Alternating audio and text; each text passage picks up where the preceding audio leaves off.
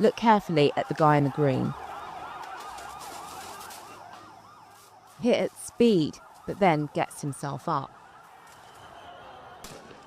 At least 20 people have now been killed in anti-corruption clashes in Nepal, with hundreds more injured. Corruption! We are fighting against corruption! This is the motto of our protest, fighting against corruption! High-velocity water cannon and tear gas were the weapons of choice for police against what organisers have dubbed the Gen Z protests. So how did this all start? Young people have been taking to the streets to rally against a government social media ban that saw the likes of Insta, X and TikTok taken away. This came after a Nepo Kid campaign put the spotlight on the lavish lifestyles of the children of politicians. But the problems run deeper. Youth unemployment is high across Nepal, and claims of government corruption are rife. All the Nepalese citizens are fed up of corruption. Every youth are going outside the country, so we want to protect our youth and make the country's economy better. For that, we need a new youth, new power and new politicians who are well educated to move the country forward. Under pressure, the government lifted the ban and the Prime Minister has now resigned. They had said after an emergency meeting on Monday that they made decisions to address the demands of Gen Z. But the government had justified the ban by saying they wanted to tackle fake news, hate speech and online fraud, an argument young protesters just weren't buying. Our demand and desire is for peace and to end corruption so that people can actually work and live back in the country. We will work to continue pressure on the government. The clashes haven't stopped. Kathmandu's international airport suspended flights and the former Prime Minister's residence has been ransacked by protesters. But with the indefinite curfew seemingly being ignored and protests spreading to other regions, anger towards the government shows no signs of letting up. Well, we're joined now by Nayana Prakash, who is a research fellow at Chatham House. Thank you so much for joining us. I just wanted to start by asking, what's your reaction to what we're seeing in Nepal?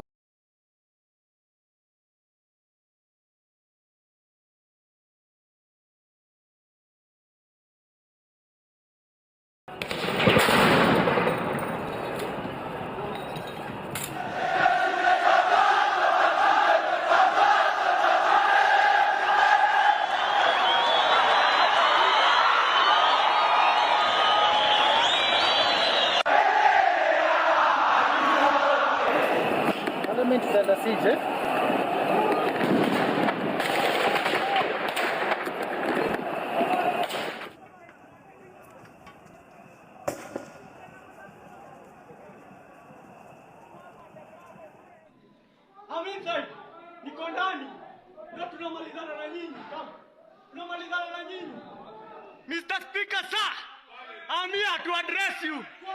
You must go. Ruto must go.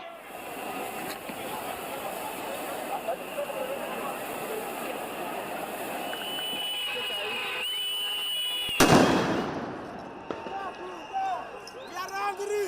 We are angry, Ruto. This guy must go, man. Government treat us like foreigners in this place. We are rejecting every single bill no matter what. in that finance. We are rejecting it, every clause. We are not asking for any amendment. We are asking for them to reject it. The MPs have failed us. We are going to take power with our own hands, and we are not afraid.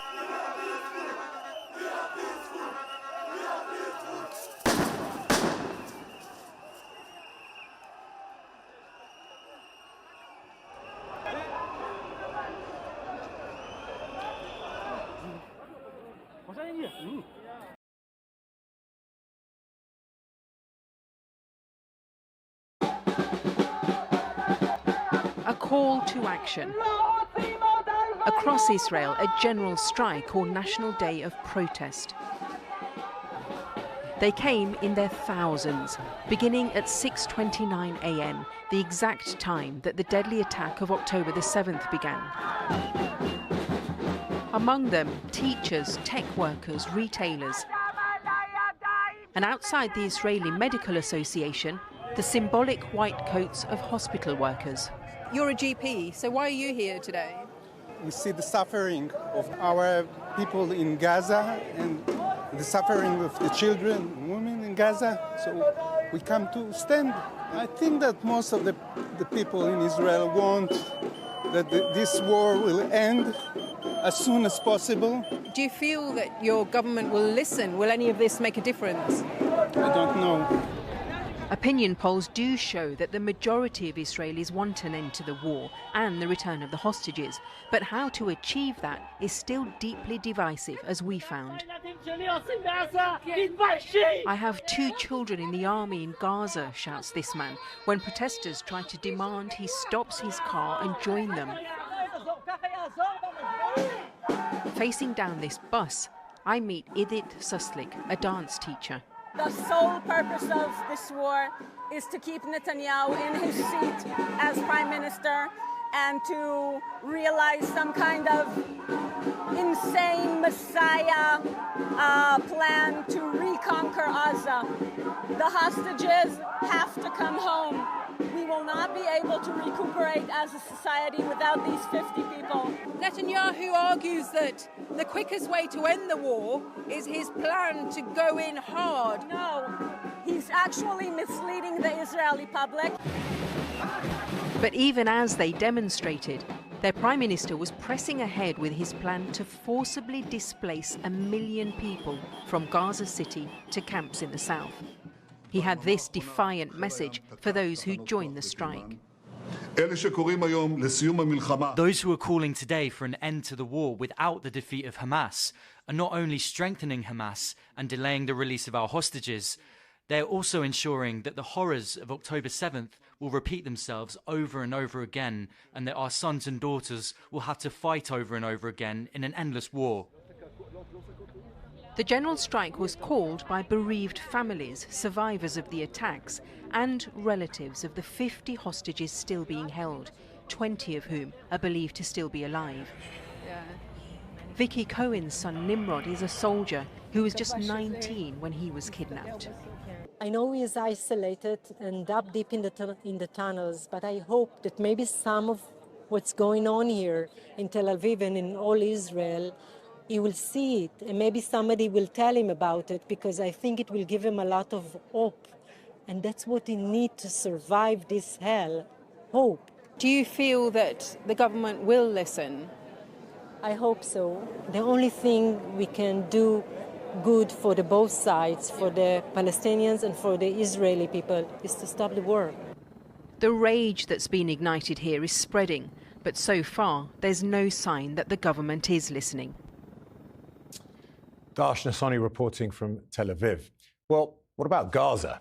A short time ago, I spoke to Palestinian political commentator Yara Hawari, who's in Cyprus at the moment.